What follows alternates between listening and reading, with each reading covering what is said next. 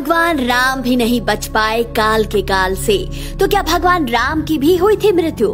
आखिर कैसे भगवान राम ने पृथ्वी का त्याग किया? क्या भगवान राम को भी ले जाने के लिए आए थे यमराज? मर्यादा पुरुषोत्तम राम तो भगवान है, फिर उनकी मृत्यु कैसे हो सकती है? मित्रों, ये प्रश्न तो आप सबके मन में भी आता होगा कि आखिर अंतिम दिनों में उनके साथ क्या हुआ था और उनके अंतिम समय में कौन था उनके साथ। मित्रों, भारत के कण कण में भगवान राम बसे हैं। जीवन से मृत्यु तक केवल राम नाम ही सत्य है।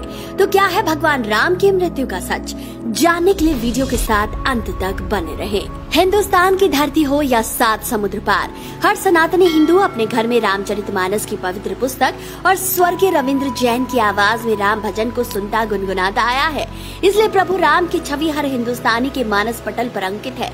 हम सभी प्रभु श्री राम की जीवन गाथा से परिचित हैं, लेकिन उनके अंतिम समय का क्या रहस्य है, ये आज भी नहीं जानते। इसलिए आज हम आपको भगवान राम के अंतिम समय का वो सच बताएंगे जिसे जानकर आपके होश उड़ जाएंगे। भगवान राम श्री विष्णु जी के 7वें अवतार है, ऐसा पुराणों और शास्त्रों में वर्णन मिलता है। लेकिन क्या सच में साधारण मनुष्यों की तरह भगवान राम की भी मृत्यु हुई थी? तो मित्रों, संसार के रचयिता भगवान ब्रह्मा के बनाए नियमों के अनुसार कहा गया है कि जो भी एक बार पृथ्वी पर जन्म ले लेता है उसे एक न एक दिन शरीर को त्यागना ही पड़ता है। प्रभु श्री राम क्योंकि मनुष्य रूप में पृथ्वी लोक पर जन्मे थे, इसलिए उन्हें भी पृथ्वी लोक को एक न एक दिन छोड़कर जाना ही पड़ा। लेकिन प्रभु श्री राम पृथ्वी पर कब अवतरित हुए थे? रामायण और अन्य पुराणों में प्रभु श्री राम का जन्म 5114 ईसा पूर्व बताया गया है। अयोध्या के राजा दशरथ के 4 बेटों में वे सबसे बड़े थे। संसार उनके कृत्यों की वजह से आज भी उन्हें मर्यादा पुरुषोत्तम कहता है। जन्म मरण के चक्र का उन्होंने भी पालन किया। एक कथा के अनुसार वनवास से लौटने के बाद माता सीता अपने दोनों बच्चों लव और कुश को प्रभु श्री राम को सौंपकर धरती माता के साथ जमीन में समा गईं। माता सीता के जाने के बाद से प्रभु श्री राम इतने दुखी हुए कि उन्होंने भी धरती का त्याग करना उचित समझा। पद्म पुराण के अनुसार भगवान राम ने जब पृथ्वी लोक का त्याग करने का सोचा, तब उन्होंने यमराज के सामने अपनी ये इच्छा रखी।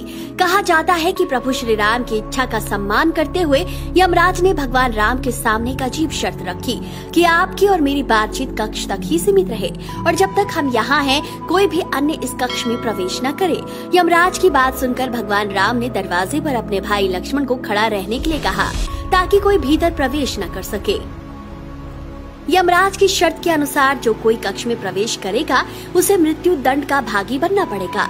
कथा के अनुसार जब भगवान राम और यमराज कक्ष में थे, तब लक्ष्मण कक्ष से बाहर पहरा दे रहे थे। इतनी देर में ऋषि दुर्वासा वहां आ पहुंचे और वो लक्ष्मण से भगवान राम से मिलने का आग्रह करने लगे, लेकिन लक्ष्मण जी नहीं माने।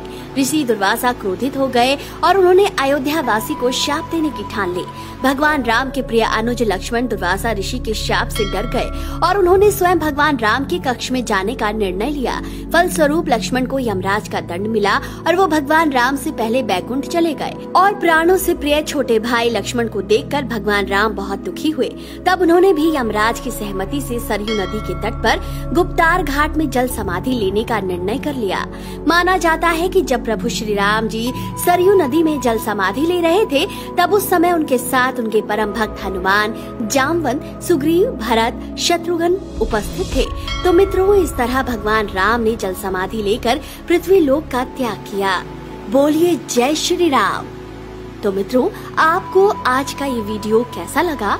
अपनी राय कमेंट करके अवश्य बताएं। वीडियो अगर पसंद आया है तो इस ज्ञान को अपने तक सीमित न रखें।